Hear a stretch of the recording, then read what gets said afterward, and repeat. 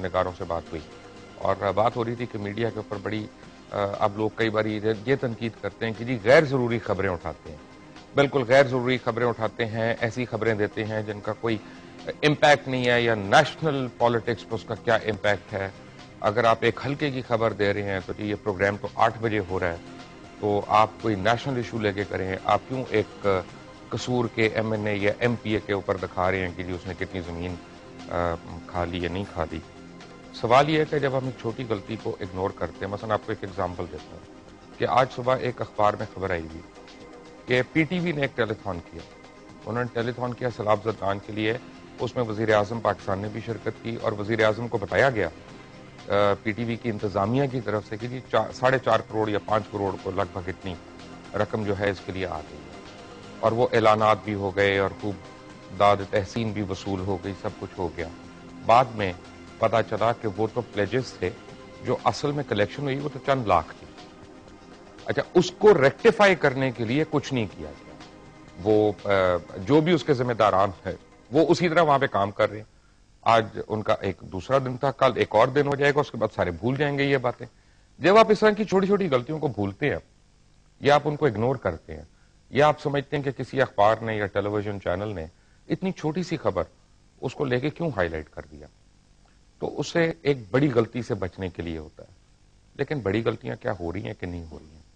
مثلا میں آپ کو ایک ایگزامپل دیتا ہوں غلطیاں کس قسم کی ہوتی ہیں. ایک تو ہے کہ ہم الزام لگا دیں, تو چلے آپ کہیں کہ جی اگلے کے پاس یا تو اگلے کا آپ نے پوائنٹ آف ویو نہیں لیا, آپ نے اگلے کا موقف نہیں لیا جی اس میں, تو آپ نے غلطی کی. اگر ایسا کیا ہے تو یقیناً غلطی ہے, لیکن وہ کبھی بھی لیا جا سکتا ہے, وہ دوسرے دن لیا جا سکتا ہے, اس سے اگلے دن لیا جا سکتا ہے. لیکن اگر ایسا بھی تو کئی دفعہ ہوا کہ الزامات لگائے, پروف دیے, ایویڈنس دیے, لیکن اس کے اوپر ایکشن کیا ہوا. مثلا میں آپ کو بتاتا ہوں کہ کوٹ مومن ایک جگہ ہے پاکستان میں, وہاں پہ امدادی یعنی رقوم اس لیے کہہ رہا ہوں کہ بے انتہا لوگوں کو رقم دی گئی سیلاب زدگان کو. اب سیلاب زدگان کو یہ رقم دی گئی ہے تو اس میں کیا برائی ہے؟ اس میں بھیا برائی یہ ہے کہ کوٹ مومن میں سیلاب آیا ہی نہیں, اور وہاں پہ لوگوں کو سیلاب زدگان کی مد میں فنڈز دیے جا رہے ہیں. ایکسپریس کے نمائندے الماس کی ایک رپورٹ کوٹ مومن سے, پہلے یہ رپورٹ دیکھیں پھر میں آپ سے بات کرتے ہیں.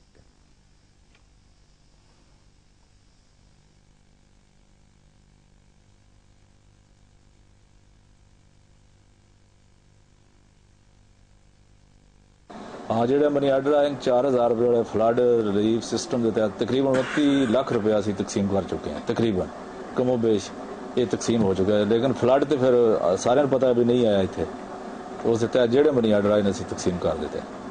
3 قسطیں 29 لاکھ کی ہیں, 3 قسطیں 1 کروڑ کے تقریباً بنتا ہے.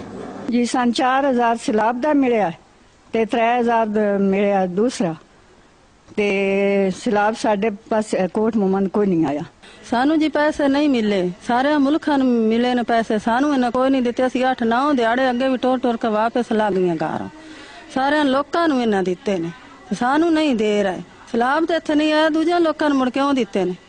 بہت بہت شکریہ گورنمنٹ, سیلاب نہیں آیا تو گورنمنٹ مڑ بھی 4-4 ہزار بھیجا, بہت بہت شکریہ. میرا نام نظیرہ ہے, میں خواجہ آباد تو آئی ہوں. بندہ میرا بیمار ہے, سارے دوسرے نے مل گئے 4-4 روپیہ, تے سن 3 ملیا تو سن 4 کو نہیں ملیا سیلاب دی وجہ تو. اتنے سیلاب تو نہیں آیا پر امداد تو سان بھی ہونی چاہیے نا. جی شکریہ ادا کر رہے ہیں, مہربانی انہوں نے جنہیں دیتا 4000 روپیہ. ساڈے علاقے نہیں سیلاب آیا, ساڈے علاقے نہیں سیلاب آیا, لیکن سانو 4000 روپیہ دیتا, بڑی مہربانی تاڑی.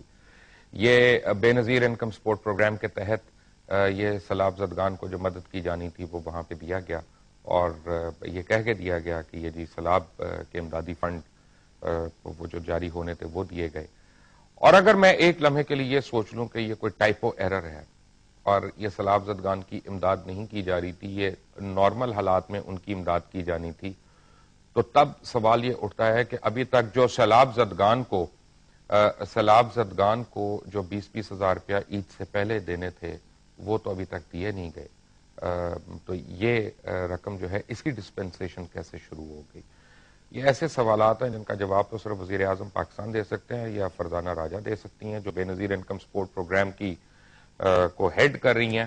آپ کو پتا ہے 70 بلین روپے کا یہ پروگرام ہے اور فرزانہ راجہ جو ہیں وہ فائنانس میں کوئی انہوں نے ماسٹرز وغیرہ نہیں کیا ہوا یا کوئی پی ایچ ڈی نہیں ہے فائنانس میں, نہ وہ ورلڈ بینک کی ٹرینڈ ہے نہ وہ آئی ایم ایف کی ٹرینڈ ہے, لیکن ان کی سکلز ہیں. بہرحال وہ اتنے زیادہ بجٹ کو جو پاکستان کا سب سے بڑا بجٹ ہے اس کو ہینڈل کر رہی ہیں اور جس طرح سے ہینڈل کر رہی ہیں وہ آپ نے دیکھ لیا. پلڈٹ کے متعلق جن حضرات کو نہیں پتا وہ یہ ہے کہ پلڈٹ ایک خود ان کا یہ کہنا ہے کہ it's an independent non partisan and not for profit indigenous research and training institution with a mission to strengthen democracy and democratic institutions in Pakistan. PILDAT کی ایک حال میں رپورٹ آئی ہے. وہ رپورٹ یہ تیسرا ان کا ایڈیشن ہے, اس سے پہلے 2 ایڈیشنز دے چکے ہیں جس میں انہوں نے قومی اسمبلی میں قومی اسمبلی کی بات ہو رہی ہے, یہ اپنا میں ابھی اس میں پروونشل اسمبلیز یا سینٹ وغیرہ وہ نہیں انکلوڈ کر رہا. جو اثاثے ہیں ایم این ایز کے وہ آپ ان کو اگر ایک نظر دیکھ لیں تو ایکسپریس میں بھی آپ کو مل جائیں گے انشاءاللہ, آپ چھپنا شروع ہو گئے ہیں. تو آپ پلڈٹ کے مطابق جو ہے قومی اسمبلی میں غریب عوام کے کروڑ پتی نمائندے ہیں اور ان کا کہنا یہ ہے کہ اراکین کے اثاثوں کی مالیت میں 6 برسوں میں 3 گنا اضافہ ہوا ہے. یعنی اراکین اسمبلی کے اثاثوں میں 6 برسوں میں 3 گنا اضافہ ہوا ہے اور گزشتہ اسمبلی کے مقابلے میں یہ دگنے امیر لوگ ہیں. اور یہ اس ملک کی بات کر رہا ہوں کہ جہاں پہ گروتھ ریٹ, مجھے نہیں پتا کہ اس وقت لیٹسٹ گروتھ ریٹ کیا ہے, میں محتاط اندازے کے مطابق بتا رہا ہوں کہ 2.5 یا 3 ہوگا گروتھ ریٹ اس وقت. اور یہ اس صورت میں اگر ہم پاپولیشن ریٹ جو ہے گروتھ ریٹ وہ اس میں نہ انکلوڈ کریں تو ورنہ تو پتہ نہیں شاید نیگیٹو میں ہی نہ ہو, مائنس میں نہ جا رہا ہو, کہ پورا ملک نیچے جا رہا ہے. ملک کا کوئی ادارہ نہیں ہے جو سرکاری ادارہ جو پروفٹ میں ہو, کوئی نیم سرکاری ادارہ نہیں ہے جو پروفٹ کر رہا ہو, لیکن نیشنل اسمبلی کے اراکین جو ہیں ان کے اثاثے 3 گنا بڑھ گئے ہیں اور یہ صرف پچھلے 2 سال کے عرصے میں. یعنی کتنے امپورٹنٹ یہ منی مینیجرز ہیں, کتنے یہ اچھے طریقے سے اپنے پیسے کو مینج کرتے ہیں, اس کا تو اندازہ اس رپورٹ سے ہو ہی رہا ہے. اور پاکستان پیپلز پارٹی کے محبوب اللہ جان 3.28 بلین روپے کے اثاثوں کے ساتھ قومی اسمبلی کے امیر ترین رکن قرار پائے. اور یہ میں آپ کو بتاؤں کہ یہ بڑی اس میں انٹرسٹنگ بات آپ کو میں بتاؤں گا, کیونکہ اس میں 1-2 لوگوں کا ایسا بھی ہے کہ امیر ترین خواتین میں نزہت صادق ہیں, مسلم لیگ نواز سے ان کا تعلق ہے, آسمہ ارباب ہیں پاکستان پیپلز پارٹی سے ان کا تعلق ہے, اور بیلم حسنین ہیں, یہ بھی آبویسلی پاکستان پیپلز پارٹی کی ہیں. لیکن غریب ترین اراکین اسمبلی کا ذکر نہ کرنا, غریب کہہ رہا ہوں امیر نہیں کہہ رہا, وہ بھی ناانصافی ہوگی, زیادتی ہوگی. اس میں سعید اقبال چودھری صاحب ہیں پاکستان پیپلز پارٹی سے, روشن دین جنیجو ہیں, شیخ رحیل اصغر ہمارے عزیز دوست مسلم لیگ نواز کے, غلام فرید کاٹھیا ہیں پاکستان پیپلز پارٹی سے, اور ایک جرنلسٹ محترم ایاز امیر صاحب ہیں, ان کا تعلق بھی پاکستان مسلم لیگ نواز سے ہے. اور آزاد رکن کامران خان کے اثاثوں میں 42% اضافہ ہوا ہے. کامران خان صاحب آپ کو تو ہمارے پاس آ جانا چاہیے, ہمارے اثاثوں میں بھی اضافہ کریں, لیکن اگر آپ یہ نسخہ عوام سے شیئر کر لیں تو بہت بہتر ہے. عوام کا کیا حال ہو رہا ہے آپ کے جبکہ اثاثے 3 گنا بڑھ گئے ہیں, اس عوام کا جس نے آپ کو ووٹ دے کے اسمبلی میں بھیجایا تاکہ وہ آپ ان کے حالات بہتر کریں. غریب لوگوں کی زندگی کیسے گزر رہی ہے, غریب لوگ ان دنوں میں کس قسمہ پرسی میں اپنا گزارا کر رہے ہیں, کیا غریب کے گھر میں چولہا صحیح جل رہا ہے کہ نہیں, کیا اس کو آٹا مل رہا ہے کہ نہیں, غریب کا حال دیکھیں. رائیون روڈ پر واقع دبئی ٹاؤن کے اس گھر میں یاسمین بی بی اپنے 8 یتیم بچوں کے ساتھ رہتی ہے.